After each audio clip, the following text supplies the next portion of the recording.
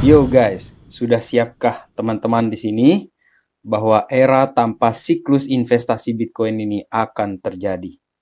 Dari yang biasanya setiap 4 tahun sekali terjadi bull run dan kemudian dia hilang, ini bull run yang 4 tahun itu, kemudian ditambah lagi di sini teman-teman dengan narasi ekonomi yang semakin berbahaya sekarang ini. Bahkan holders Bitcoin juga tidak bisa berharap banyak di tahun 2023 ini. Seperti apa beritanya? Kita akan bahas di update video Black Cuan kali ini teman-teman. Untuk itu let's dive in my friend. Welcome back everyone to Black Cuan. Terima kasih teman-teman telah mengupdate berita kripto dari channel ini ya. Di kesempatan kali ini, saya ingin menyampaikan table of content kita untuk video kali ini ya. Yang pertama itu adalah ketidakpastian ekonomi. Wall Street sudah siap-siap jika Amerika default atau gagal bayar ya. Kemudian analis Bitcoin dengan dua sudut pandang mereka di sini penting sekali untuk kita bahas di sini teman-teman. Kemudian update info mengenai ledger yang juga tidak kurang berbahayanya terutama bagi user di sini teman-teman.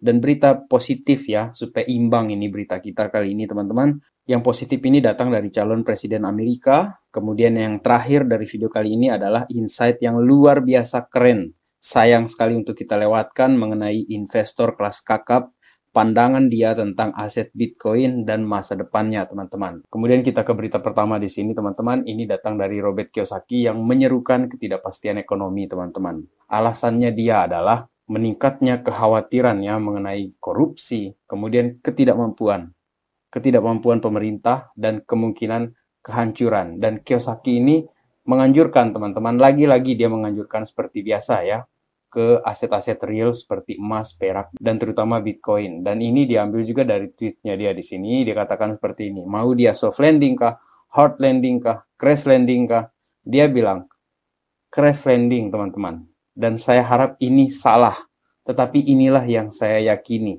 Tetapi berdasarkan riwayat ya, sebelum terjadinya crash besar-besaran 2008, Robert Kiyosaki itu 2 tahun sudah memperingatkan ya mengenai crash yang akan terjadi pada saat itu. Dan benar saja itu terjadi teman-teman. Dan apakah sekarang ini kita akan melihat kehancuran total di ekonomi yang akan datang ini?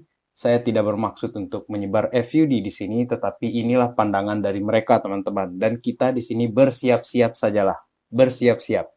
Kemudian teman-teman, Wall Street telah mempersiapkan untuk kemungkinan US default. Artinya Amerika gagal bayar utang teman-teman. Jadi Wall Street di sini beserta lembaga pengelola aset ini sudah persiapkan diri nih menghadapi kemungkinan tersebut.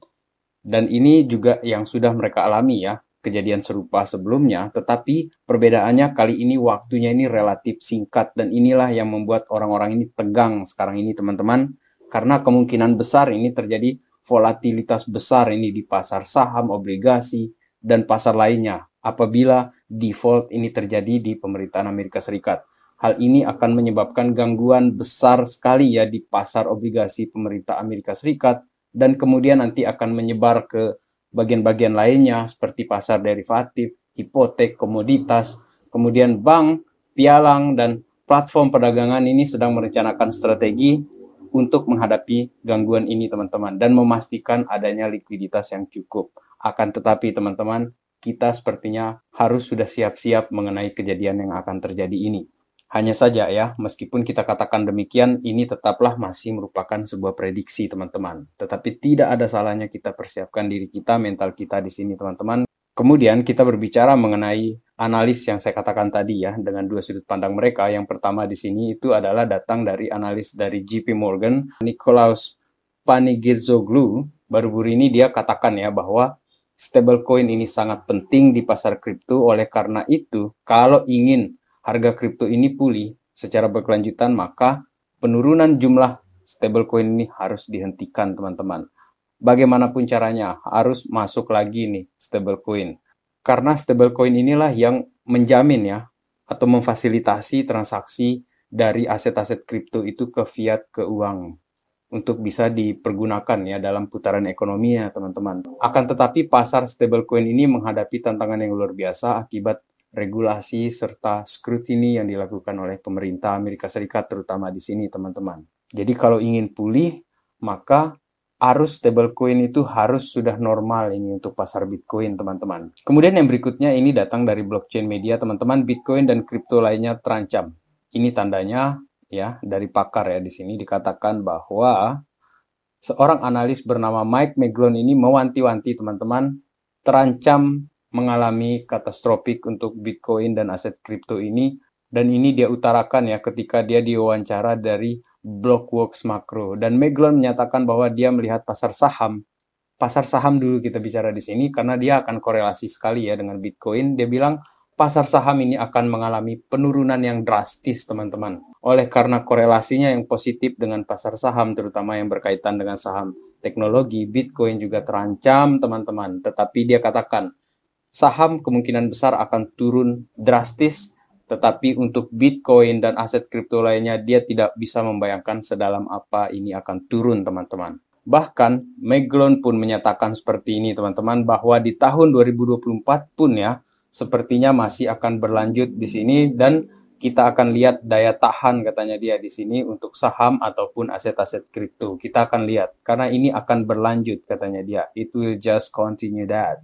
Dan lebih lanjut lagi dia katakan seperti ini, teman-teman. Bahkan jika saham pun tidak terjadi penurunan, Bitcoin pun sepertinya tidak akan meng-outperform aset-aset lain. Maka dikatakan oleh dia, so there's kind of a win-win. Jadi ini situasi yang tidak kalah ataupun tidak menang di sini, teman-teman. Jadi ini akan imbang lah seperti itu ya untuk pergerakan saham ataupun aset-aset kripto serta Bitcoin-nya, teman-teman.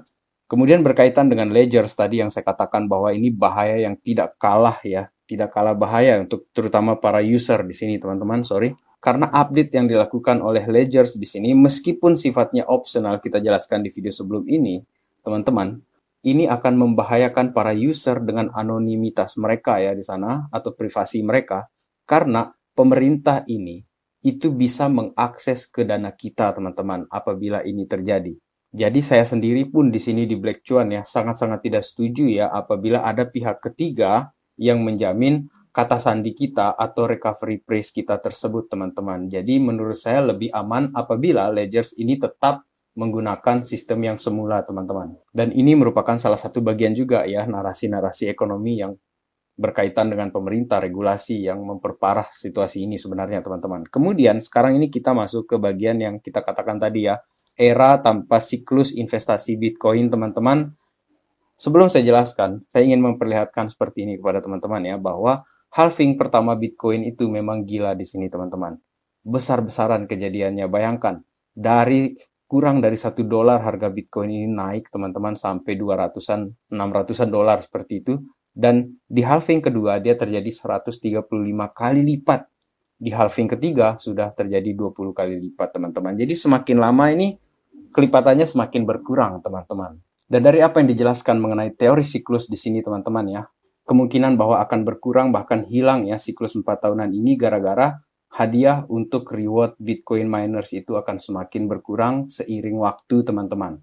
Kalau kita lihat di sini ya bahwa setiap peristiwa halving ini jumlah Bitcoin baru yang diproduksi ini sebagai hadiah blok ini akan berkurang. Dan seperti ini nih pengurangan yang terjadi ya setelah halving. Kita lihat di tahun 2012, 28 November ya, hadiah blok itu dari 50 Bitcoin menjadi 25 Bitcoin. Di tahun 2016, hadiah blok berkurang dari 25 menjadi 12,5. Di tahun 2020, hadiah blok ini kurang lagi nih, 12,5 menjadi 6,25 Bitcoin. Dan kemungkinan di 2024 ini diperkirakan ya, hadiah blok ini akan berkurang dari 6,25 Bitcoin menjadi 3,125 Bitcoin, teman-teman. Yang itu artinya bahwa kemungkinan besar 4 tahunan ya, untuk siklus 4 tahunan ini akan mulai berkurang ataupun akan hilang nantinya itu, teman-teman. Kemudian teman-teman ya, di sini saya ingin berbicara mengenai Presiden Amerika Serikat, calon Presiden Amerika Serikat di 2024 ini yang bernama Robert F. Kennedy Jr., teman-teman. Kemudian Gabbard juga mendefense Bitcoin serta desentralisasi. Kedua calon ini, teman-teman ya, Robert F. Kennedy Jr. dan Tulsi Gabbard ini ya menjelaskan bahwa visi mereka adalah melindungi hak-hak warga sipil, terutama di Amerika Serikat ya. Mereka tidak ingin adanya pemerintahan yang menguasai segala sesuatunya dari ekonomi bahkan privasi dari rakyatnya tersebut, teman-teman. Oleh karena itu dia sangat mendukung sekali yang namanya desentralisasi yang ditawarkan oleh teknologi-teknologi yang ada di blockchain dan terutama di Bitcoin ini, teman-teman. Dan tidak hanya mereka berdua ya, ada lagi satu calon dari Partai Republik di sini yang bernama Vivek Ramaswamy ya. Dan Vivek Ramaswamy ini ya teman-teman ya merupakan calon kedua yang hadir juga dia ini setelah 2 hari sebelumnya Robert F. Kennedy Jr. itu menjadi pembicara di sana di Miami, kemudian dia juga hadir di sini dan dia mengatakan seperti ini. Mari kita jadikan pemilu 2024 ini sebagai referendum tentang mata uang fiat katanya. Jadi ide-idenya masih sama lah dengan apa yang dikatakan oleh Robert F. Kennedy Jr. tersebut, teman-teman. Pertanyaannya, di Indonesia, teman-teman, siapa calon presiden yang sudah berbicara tentang aset kripto, blockchain, segala macam seperti ini? Coba kalian tulis di kolom komentar, teman-teman. Saya belum dengar, menurut saya di sini. Saya belum dengar. Teman-teman Black Cuan mungkin sudah dapat informasi. Coba deh tulis di kolom komentar, oke? Terima kasih ya. Kemudian, teman-teman, sebelum saya lanjutkan, apabila nih teman-teman suka dengan konten Black Cuan, luangkan waktu kalian untuk memberi like di video kali ini, teman-teman, ataupun mensubscribe ke channel ini, dan jangan lupa membunyikan loncengnya ya.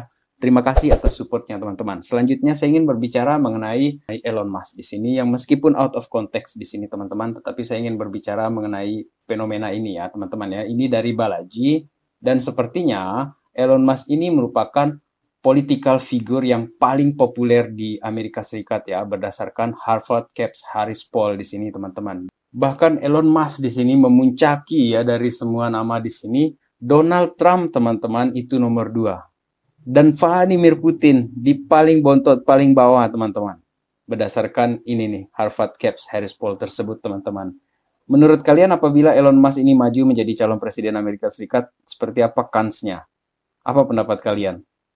Dan menutup video kali ini, teman-teman, saya ingin menyampaikan insight yang luar biasa keren dari investor kelas kakap Robert Kiyosaki di sini, teman-teman. Di awal kita sudah bicara dan kita tutup lagi dengan dia di sini, teman-teman ya. Ini dari CNN Indonesia ya. Ada resep auto kaya, 3 pelajaran berharga dari Robert Kiyosaki. Saya ingin skip judul ini, teman-teman. Saya ingin langsung ke bagian intinya. Intinya seperti ini. Dia katakan ya bahwa penabung, orang yang nabung ya dengan bank tersebut, teman-teman, penabung ini akan menjadi pecundang terbesar. Karena katanya dia ini berinvestasi dalam uang nyata maksudnya dia ini adalah emas, perak, dan Bitcoin, teman-teman. Karena menurut dia ya, itu adalah aset-aset keras, yang artinya nggak bisa dicetak lagi, seperti itu. Sedangkan aset yang bisa dicetak seperti sertifikat, saham, obligasi, atau bahkan uang, dolar, rupiah, itu dia tidak mau. Karena dia katakan penggemar emas, perak, minyak, bahkan Bitcoin, teman-teman. Sehingga meskipun harga Bitcoin ini turun, bahkan dia menyatakan ya bahwa ada kemungkinan Bitcoin ini akan mencapai titik terendahnya di $10.000. Dia katakan di sini, teman-teman. Saya ingin highlight di sini untuk menutup video kali ini. Menurut dia, ia mengaku lebih semangat apabila ini terjadi daripada gugup, teman-teman. Dan alasan dia menghindari dolar ataupun uang ya, teman-teman, gara-gara inflasi. Simple, seperti itu dia memandang investasi itu, teman-teman. Dan sekian video kali ini. Terima kasih telah menonton. Salam Black Cuan. Peace, my friend.